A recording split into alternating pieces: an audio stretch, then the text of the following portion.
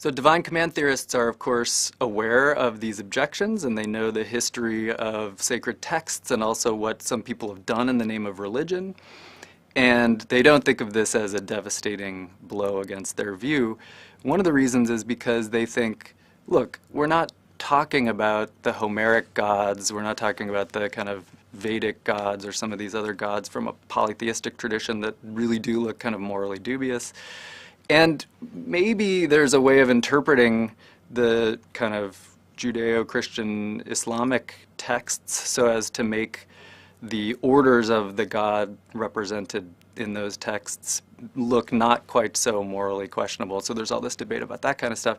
But the main sort of response to the worry, well, what if God ordered us to do something that we thought was really bad, is just to say, look, you have to be clear about what kind of being you're talking about here.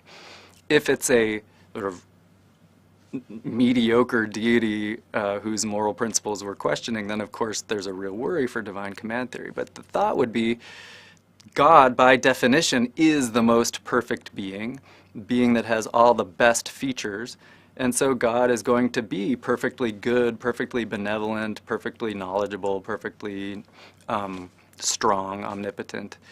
And so the thought then would be, such a being would only ever command principles that are themselves for the best. So there's a kind of priority of the good over the right in that picture. The good has an independent standing. God is perfectly good.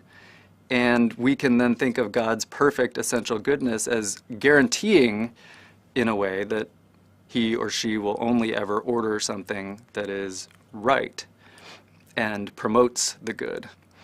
So we can then think of the right, things that are kind of normative for us, principles that we ought to follow, as getting their authority from this God, the kind of being that has the authority to order us to do things. But we can also not worry about these principles being kind of morally problematic, because that's an essentially perfectly good being which would only ever order us to do things that are for the best.